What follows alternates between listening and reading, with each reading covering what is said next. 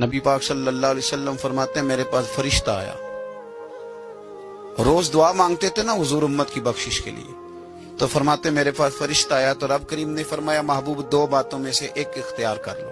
کون سی؟ کہا محبوب یہاں تو وعدہ کرتے ہیں کہ آپ کی آدھی امت کو بخش دیا جائے گا، یہاں آپ یہ اختیار کر لیں کہ آدھی امت ابھی، اور یہاں آپ سفارش کا حق لے لیں، آپ قیامت میں سفارش کیجئے گا، آپ کا رب آپ کی سفارش کو قبول کر لے گا۔ حضور فرماتے ہیں مجھے اختیار دیا گیا، یہاں آدھی امت کی بخشش کرا لوں، فوراً۔ سودے ہوتے ہیں نا بڑے، یہ بھی انوکھا سودا ہے جو رب کریم اپنے محبوب سے فرما رہا ہے کہ یہاں ابھی آپ اختیار لے لیں، آدھی امت بخشی گئی۔ تو رسول کریم صلی اللہ علیہ وسلم فرماتے ہیں میں نے کہا نہیں مالک آدھی نہیں، تو مجھے سفارش کا حق دے، پھر جس کی میں سفارش کروں تو قبول فرما۔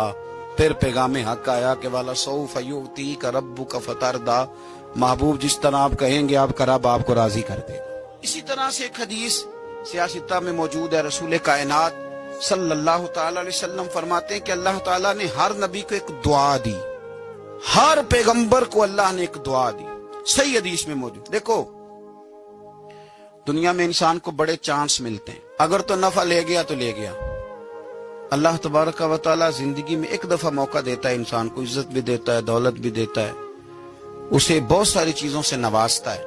اگر اس کی گردن میں سریا آ گیا تو تب بھی آ گیا، اور اگر اس کا جھکاؤ رکوع تک چلا گیا تو تب بھی چلا گیا۔ اب اس کے اختیار میں، اور میں کئی دفعہ کہہ چکا ہوں کہ عاجزی اور انکساری کا تعلق آپ کے دل کے ساتھ ہوتا ہے۔ اگر آپ کے باطن میں میل آ جائے کسی بھی سبب سے تو پھر آپ نے اللہ تبارک و تعالیٰ کی کرم کا کوئی شکریہ ادا نہیں کیا۔ نبی پاک صلی اللہ علیہ وسلم فرماتے ہیں، حضور کی تو ساری دعائیں قبول ہے نا، فرماتے ہیں ہر پیغمبر کو اللہ نے ایک دعا دی، ہر پیغمبر کو کہ محبوب مانگ لیں، جو مانگیں گے دیا جائے گا، یہ یقینی قبولیت کی دعا ہے۔ حضور فرماتے ہیں مجھے بھی رب نے اجازت دی کہ محبوب ایک دعا کی اجازت ہے، آپ جو مانگیں گے نا قبول کیا جائے گا، مانگ لیں۔ یعنی رب کریم نے فرمایا، خزانوں قدرتوں کے مالک نے فرمایا حبیب جو مانگو گے دے دوں گا، مانگ لیں۔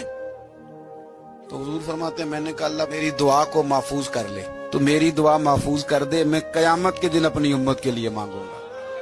وہ جو ہر نبی کو چانس ملا تھا کہ ایک دعا، میں نے کہا تھا پھر کہتا ہوں، اور رحمت کی امید کرتے ہوئے کہتا ہوں کہ دوزخ میں تو کیا میرا سایہ نہ جائے گا، کیونکہ رسول پاک سے دیکھا نہ جائے گا۔